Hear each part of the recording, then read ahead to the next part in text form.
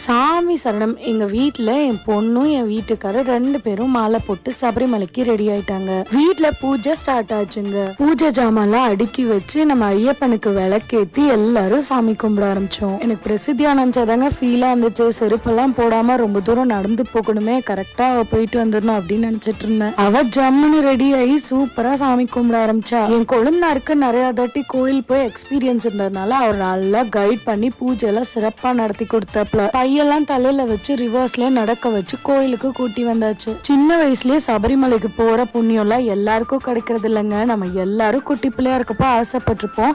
பிரசித்தியாக்கு அது நிறைவேற போகுது. அடுத்து அப்னுக்கு பூஜை ஸ்டார்ட் ஆச்சுங்க. கோயிலுக்கு வந்து பார்த்தாதான் தெரியுது எவ்வளவு பேர் மாலை போட்டிருக்காங்க. குடும்பமா வந்து அவ்வளோ பக்தியா இருக்காங்கன்னு பார்க்கவே சந்தோஷமா இருந்தது. Sabarimala vlog full video link அரமார்க்கிட்ட இருக்கு, மறக்காம கிளிக் பண்ணி பாத்துருங்க. ரோமாக் செப்பு வாங்கி கொடுத்துட்டு அங்கேயே சாப்பிட்டுட்டு நாங்களும் வீட்டுக்கு கிளம்பிட்டோம்.